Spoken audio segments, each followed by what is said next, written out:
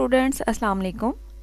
Today is 16 April 2020, Thursday, and I am your English teacher going to deliver a visual lecture for unit number 1, reading translation, glossary, word sentences, letter number 4 and comprehension number 4.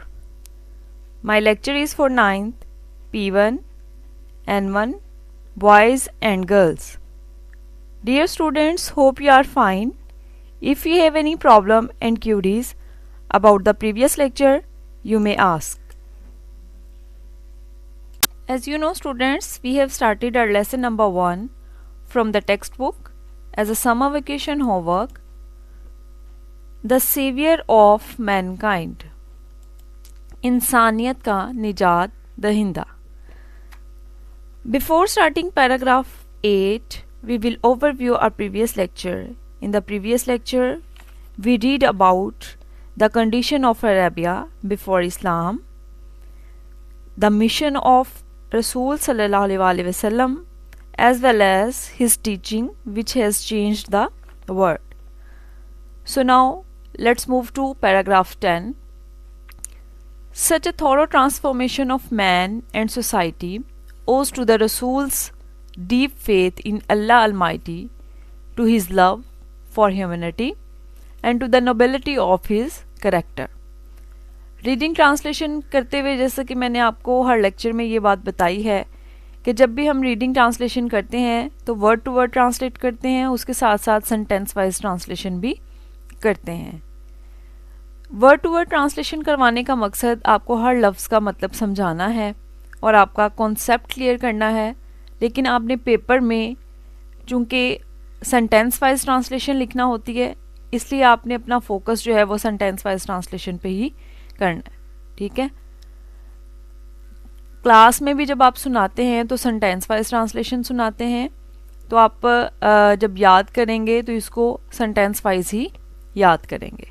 ठीक है, सच आ ऐसी, थोरो transformation, थोरो का मतलब है मुकम्मल, transformation तब्दीली, of man and society, man इंसान and society और माशरे की, owes to the Rasul's deep faith. Rasul's deep faith का मतलब है अल्लाह ताला पर गहरे, रसूल सल्लल्लाहु अलैहि वसल्लम के अल्लाह ताला पर गहरे ईमान, to his love for humanity, बनी नू इंसान से आपकी मोहब्बत, and to the nobility of his character, और करेक्टर आपका जो किरदार है, नोबिलिटी शराफत. ठीक है, such a thorough transformation of man and society owes to the Rasul's deep faith in Allah Almighty, to his love for humanity, and to the nobility of his character. इंसान और माशरे में ऐसी मुकम्मल तब्दीली रसूल सल्लल्लाहु अलैहि वसल्लम के अल्लाह ताला पर गहरे ईमान, बनी नू इंसान से आपकी मोहब्बत और आपके किरदार की शराफत की वजह से है. इंडीड बेशक, हिज लाइफ आपकी ज़िंदगी, इज़ अ परफेक्ट मॉडल, एक मुकम्मल नमूना है, टू फॉलो पैरवी के लिए. Indeed his life is a perfect model to follow, बेशक आपकी ज़िंदगी पैरवी के लिए एक मुकम्मल नमूना है. In reply to a question about the life of the Rasool, in reply जवाब में, टू अ क्वेश्चन एक सवाल के, अबाउट के मुतल्लिक, द लाइफ ऑफ द रसूल, रसूल सल्लल्लाहु अलैहि वसल्लम की ज़िंदगी के. हज़रत आयशा से, हज़रत आयशा ने कहा, in reply to a question about the life of the Rasool, Hazrat Ayesha said, आप सल्लल्लाहु अलैहि वसल्लम की ज़िंदगी के मुतल्लिक एक सवाल के जवाब में हज़रत आयशा रज़ियल्लाहु तआला अन्हा ने कहा, his morals and character are an embodiment of the holy Quran. His morals and character आपका किरदार और इखलाक, आर एन एम्बॉडीमेंट, एम्बॉडीमेंट का मतलब होता है जिंदा मिसाल, लिविंग एग्जाम्पल. ठीक है, यानी किसी भी बात का जो है वो सबूत, अमली सबूत देना जो है वो ये कहलाता है embodiment of the holy Quran, Quran पाक की. His morals and character are an embodiment of the holy Quran, आपका किरदार और इखलाक कुरान पाक की जिंदा मिसाल है, या मुजस्समे कुरान है भी कह सकते हैं. यानी कि कुरान पाक में अल्लाह ताला ने जो भी अहकामात इंसानों के लिए नाजिल फरमाए उन सब पर आप सल्लल्लाहु अलैहि वसल्लम ने जो है वो अमल करके दिखाया। आप सल्लल्लाहु अलैहि वसल्लम की पूरी ज़िंदगी जो है वो इस्लाम का और कुरान पाक का अमली नमूना है। ठीक है, आप सल्लल्लाहु अलैहि वसल्लम ने लोगों तक पैगाम पहुंचाने से पहले उसको खुद पे इम्प्लीमेंट किया, और कोई भी ज़िंदगी का ऐसा पहलू नहीं है जो कि आप सल्लल्लाहु अलैहि वसल्लम की ज़िंदगी से हमें उसकी रहनुमाई ना मिले। तो इसलिए यहाँ पे कहा गया है कि जो आप सल्लल्लाहु अलैहि वसल्लम का इखलाक और किरदार है वो कुरान पाक की ज़िंदा मिसाल है। दोबारा से इस पैराग्राफ की ट्रांसलेशन हम देख लेते हैं sentence wise. Such a thorough transformation of man and society owes to the Rasul's deep faith in Allah Almighty, to his love for humanity and to the nobility of his character. इंसान और माशरे की ऐसी मुकम्मल तब्दीली रसूल सल्लल्लाहु अलैहि वसल्लम के अल्लाह ताला पर गहरे ईमान, बनी नू इंसान से आपकी मोहब्बत और आपके किरदार की शराफत की वजह से है। Indeed, his life is a perfect model to follow. बेशक आपकी ज़िंदगी पैरवी के लिए एक मुकम्मल नमूना है। In reply to a question about the life of the Rasool, एक सवाल के जवाब में आप सल्लल्लाहु अलैहि वसल्लम की ज़िंदगी के मुतल्लिक हज़रत आयशा रज़ियल्लाहु अन्हा ने फरमाया, his morals and character are an embodiment of holy Quran. आपकी ज़िंदगी कुरान, आपका इखलाक और किरदार कुरान पाक की ज़िंदा मिसाल है। उसके बाद है अगला पैराग्राफ हम पढ़ते हैं। The final word about the saviour of mankind goes to the holy Quran. The final word, हतमी जो अल्फाज हैं about the saviour of mankind, इंसानियत के निजात दहिंदा के मुतल्लिक, यानी आप सल्लल्लाहु अलैहि वसल्लम के मुतल्लिक, goes to the holy Quran, Quran पाक में कुछ इस तरह से हैं। ओ नबी, ए नबी, ये भी जो है आयात हैं कुरान पाक की। Surely we have sent you as a witness, surely यकीनन, वी हैव सेंट यू हमने भेजा आपको, एज अ विटनेस एक गवाह के तौर पर, and as a bearer of good news और खुशखबरी रखने वाले के तौर पर, एंड एज अ वार्नर और डराने वाले या खबरदार करने वाले के तौर पर। ओ नबी, surely we have sent you as a witness and as a bearer of good news and as a warner. ए नबी, बेशक हमने आपको गवाह के तौर पर, खुशखबरी रखने वाले के तौर पर और ख़बरदार करने वाले के तौर पर भेजा है।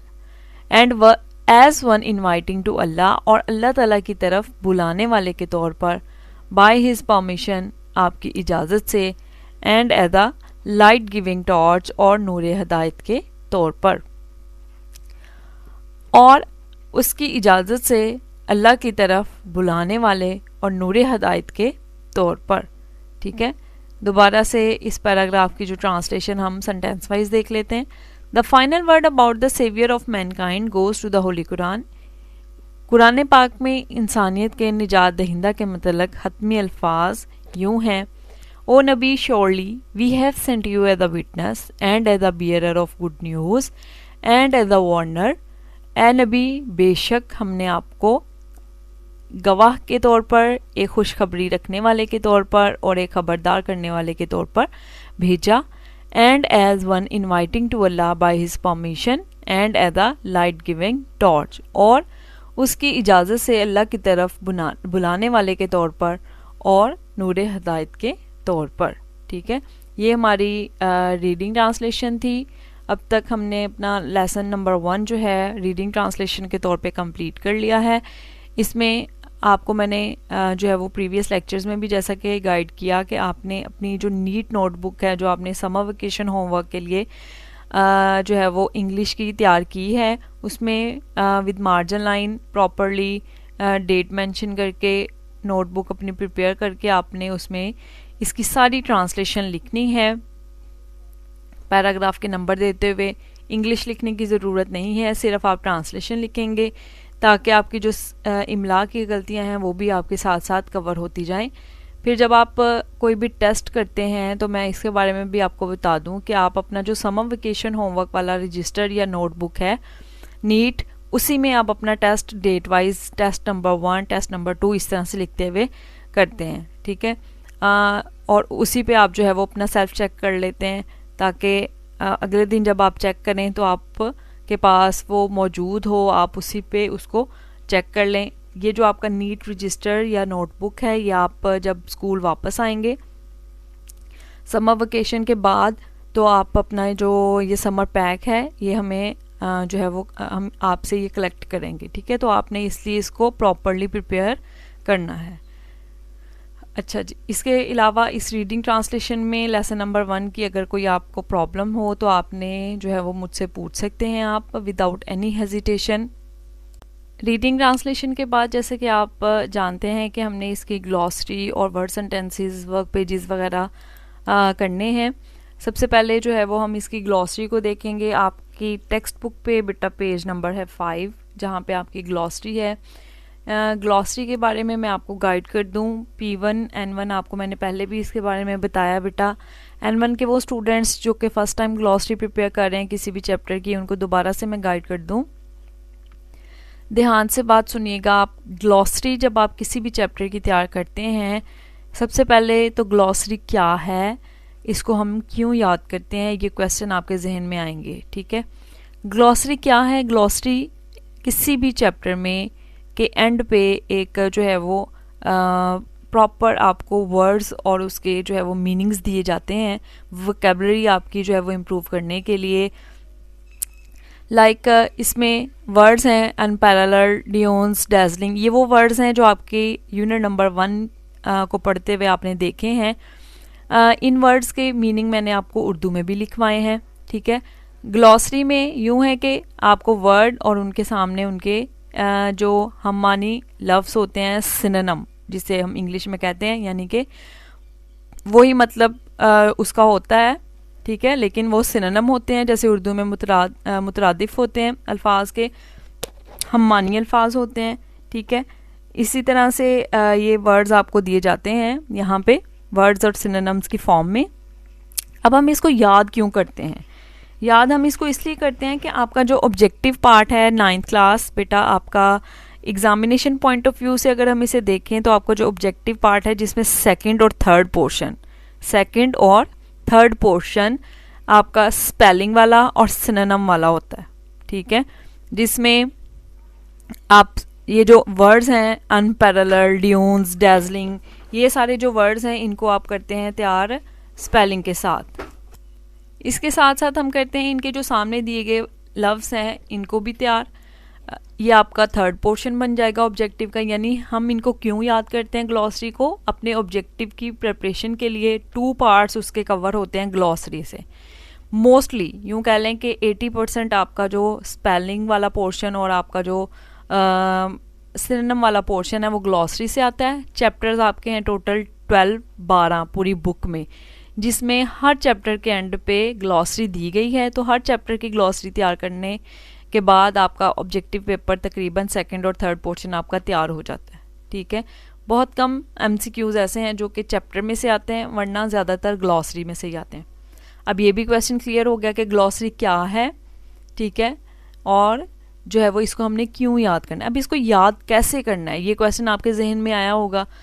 इसको याद हमने करना है बेटा, आपने सबसे पहले तो जो लफ्ज़ है लाइक अनपैरेलल्ड, इसका आपने इसको याद करना है विद स्पेलिंग, ठीक। फिर उसके बाद अनमैच्ड, इसका सामने इसके सिनोनिम दिया हुआ है, ये याद कर लें। आप घर में इसको कैसे याद करेंगे? आपने अनपैरेलल्ड याद किया है, आप किसी को भी घर में लाइक अपनी मदर से कह सकते हैं, या किसी भी बहन भाई जो बड़ा है आपका, या कोई भी एज फेलो है उसको कहें कि आपको ये डिक्टेट करवाए, ठीक है। आपने ये सारे लफ्ज़ याद किए हैं अनपैरेलल्ड से कंपैशन तक, आप इसको याद करेंगे और दोबारा से इसको जो है वो लिखेंगे, ठीक है। अनपैरेलल्ड वो आपको डिक्टेट करवाएगा विद स्पेलिंग और आप लिखते जाएंगे। फिर इसी तरह से आप जब स्पेलिंग याद कर लेंगे तो इसके सामने दिए गए लफ्ज़ भी आपको इनके मानी के तौर पे, जैसे आप उर्दू में जो है अल्फाज मानी याद करते हैं, इस तरह ये भी याद होते जाएंगे। तो ये कोई इतना मुश्किल काम नहीं है। इस चैप्टर की जो ग्लॉसरी है वो पूरे एक पेज पे थी, इसमें से हम हाफ कर रहे हैं आज, हाफ हम जो है वो कल करेंगे। हाफ इसलिए कर रहे हैं ताकि आप अच्छी तरह से इसको याद कर लें।